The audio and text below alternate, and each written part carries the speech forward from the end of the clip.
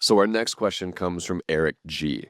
Eric says, "Hey, Austin and Robert, I've been listening to your show for 2 years, and your advice has been so helpful to me in growing my personal portfolio. My question has to do with the money I recently put aside for my 2 sons. I had a $1 million term life insurance policy with 12 years left on it. I lowered the death benefit down to $250,000, figured out what the premium savings would be over the next 12 years. Turns out that number is $8,200. So I took $8,200 that I had in my savings account and I just invested it. And I'm hoping that it grows much more than what the term life insurance benefit difference there would be of $750,000. What advice do you have for me to help it grow better and keep it safe? Thank you so much. Keep up the good work." Eric, I love where your head's at. I think that what you did was a smart move on the surface, but I'm gonna ask you to undo it. And here's why. What happens, Eric, not to be morbid, if you die in November of this year? Your 2 sons get a death benefit of $250,000 versus a $1 million death benefit. And they also get, let's call it your $8,000 went up 10%. Now it's worth $9,000. So all in, they get $259,000. Compare that to a $1 million death benefit, which would have supplemented their income via just investing the money, taking 4%, right? It would completely offset the loss of their father in supporting of them and financially. So I guess what I'm trying to say here is I understand why you did it. You're like, okay, cool. Like after these 12 years, the death benefit goes away completely. So all these premiums go down the drain. So I should just take those premiums and invest it. And then, it'll just go up forever and I'll never have to get rid of the money and like all that stuff. Like you're right. That is how the contract is written. But in my opinion, you're sacrificing $750,000 it's a very short-sighted way of thinking about this. I would much rather have you have $1 million of a term life insurance death benefit for your sons for the next 12 years so that if you die before that 12-year period of time is over, God forbid, they have a $1 million payout. Your premiums on $1 million, I think my premium, I've got a $2 million policy myself, and the premiums are like 40, 50, 60 bucks a month. It's nothing. I mean, it's so minuscule compared to how much you would have to invest and set aside for such a big payout over that period of time. I would really encourage you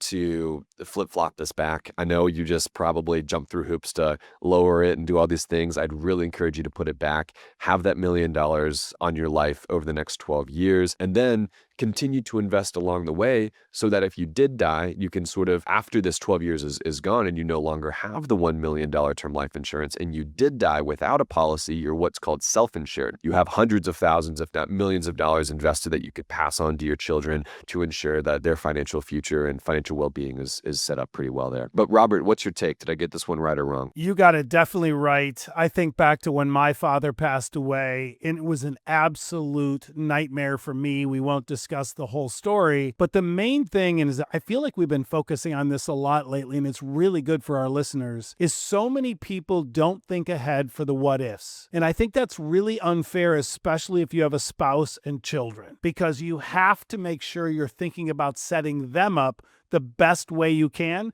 So I think your take on this is absolutely perfect because we want to make sure there's enough benefit there that God forbid something happens during this term that you are able to fully take care of your children. So Austin, I agree with you 100% on this. And it's funny, Eric had a follow-up question here that he emailed us just 10 minutes after he asked this first one. He says, "Hey guys, quick question. Is now a good time to enter the market or should I wait until it cools down a bit?" Robert, can you check your crystal ball real quick and just tell me if the markets are going to cool down over the next couple of weeks? That'd be great. Yes, Eric, no one in the world can time the markets, nor should you try. The biggest message we have is dollar cost average into the investments you want to invest in every single week, every couple weeks, or every month, and never sit on the sidelines waiting to time the market. You can't do it. The algorithms can't do it. Everyone says they can do it, and they tell you when the bottom is going to be, but they're full of crap. So just invest, please. Everyone listening, don't try to time the market. Invest when you have money. Make sure your money is working as hard for you as you work to get it, and stop worrying about when it's going to cool off, because guess what? All of these hot secular growth trends that we talk about all the time, they're always going to be at or near all-time highs. So what are you expecting? You expect some 30, 40, 50% crash in these markets and you're going to time the bottom perfectly? That's not how it works, and that's not how you should be investing. It's also so funny because like people think like let's think Michael Burry, who did time the market perfectly in 2008 and he called it. Once. He was yeah, once one of his 15 calls, right? But it's like, he timed it perfectly. He made a bunch of money for his hedge fund and it worked out great. Whereas if you time the market right, and you can be like, oh yeah, it's going to cool off, it's going to go down, like whatever, like, and you're right, cool, you've got this nice badge of honor, maybe you go talk on CNBC about why, and people think you're smart for a couple months. If you're wrong, the markets are off without you, and you just lost 5, 6, 10, 12, 15% because you've been on the sidelines the whole time. The S&P's up 11% this year.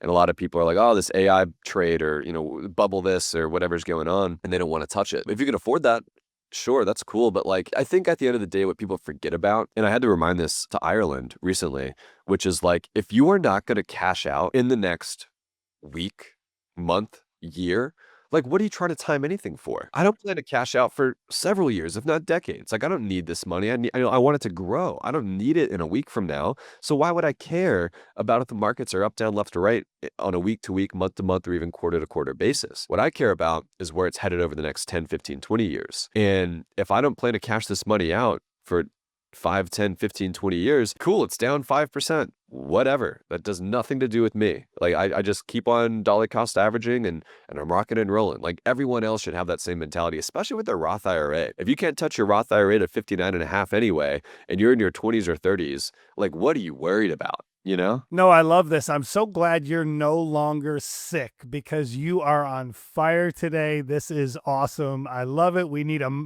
a virtual mic drop for this kid today.